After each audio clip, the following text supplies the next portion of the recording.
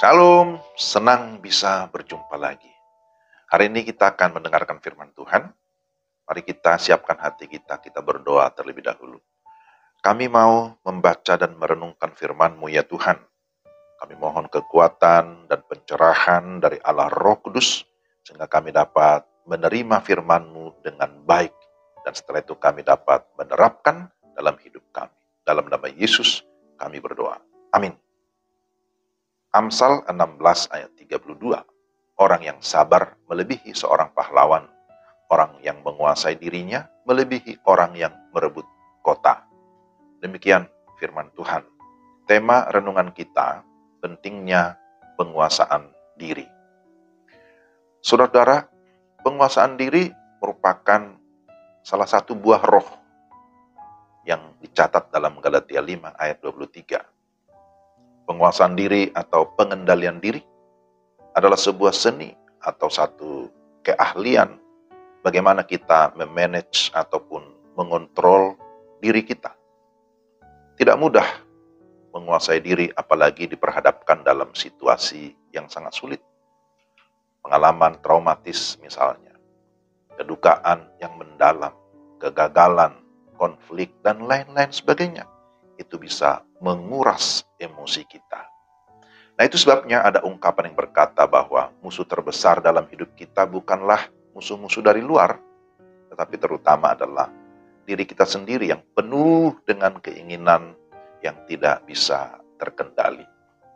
Maka untuk lebih mendalami renungan kita, mari kita perhatikan beberapa poin berikut ini.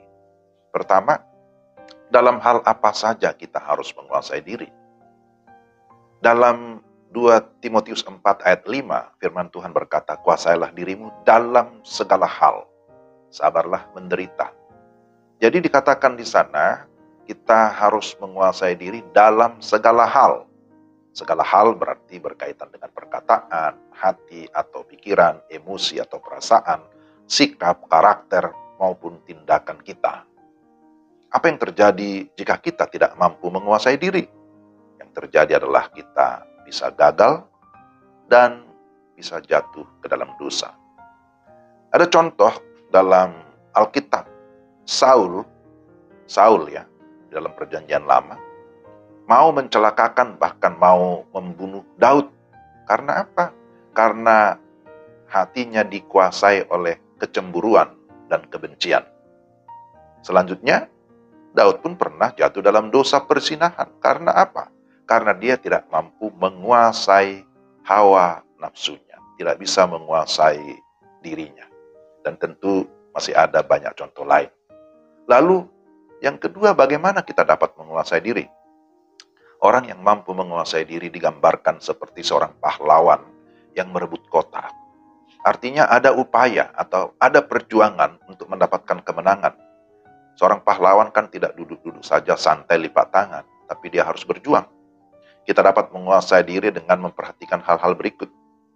Pertama, hidup dalam perjuangan, bagaimana kita mengalahkan ego kita, mengalahkan kepentingan diri sendiri. Yang kedua, hidup dalam firman dan iman tentunya. Firman merupakan senjata utama untuk mengalahkan pencobaan. Demikian juga kita dapat mengalahkan dunia dengan segala keinginannya dengan iman yang sungguh-sungguh tertuju kepada Tuhan. Dan yang ketiga, memberi diri hidup di dalam pimpinan Roh Kudus. Bagaimana Galatia 5 ayat 25. Orang yang dipimpin oleh Roh Kudus akan memiliki kuasa dan hikmat untuk mengambil keputusan terbaik di dalam hidupnya. Dengan demikian dia akan memilih tunduk kepada pimpinan Tuhan, pimpinan Roh Kudus daripada tunduk kepada keinginan sendiri. Daripada tunduk kepada hawa nafsu. Dan yang ketiga, apa manfaat atau berkat menguasai diri? Jika kita mampu menguasai diri, kita mendapatkan banyak manfaat atau berkat-berkat rohani. Apa saja? Orang yang menguasai diri dikatakan dia akan dapat berdoa dan akan dapat mengalami ketenangan. 1 Petrus 4 ayat 7 dikatakan, supaya kamu dapat berdoa, jadilah tenang. Doa adalah kebutuhan utama. Maka ketika kita berdoa, membangun hubungan yang intim dengan Tuhan, di sana kita mampu untuk menguasai diri. Yang kedua, orang menguasai diri dapat berpikir secara seimbang atau berpikir begitu rupa menurut iman yang dianugerahkan kepadanya oleh Tuhan.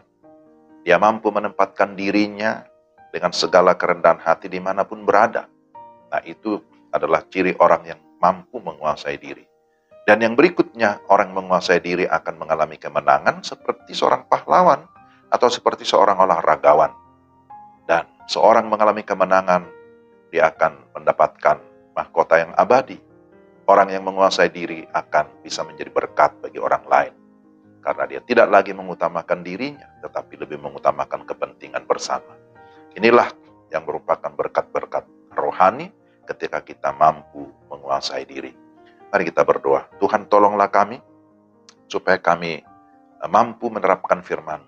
Kami memohon pertolongan Allah Roh Kudus supaya kami dapat mengendalikan diri kami, menguasai diri kami sedemikian rupa sehingga kehidupan kami boleh berkenan kepada Tuhan dan bisa menjadi berkat, menjadi terang, menjadi garam bagi banyak orang. Dalam nama Yesus kami sudah berdoa. Amin. Demikian renungan kita. Tuhan memberkati saudara sekalian. Selamat beraktivitas. Salam.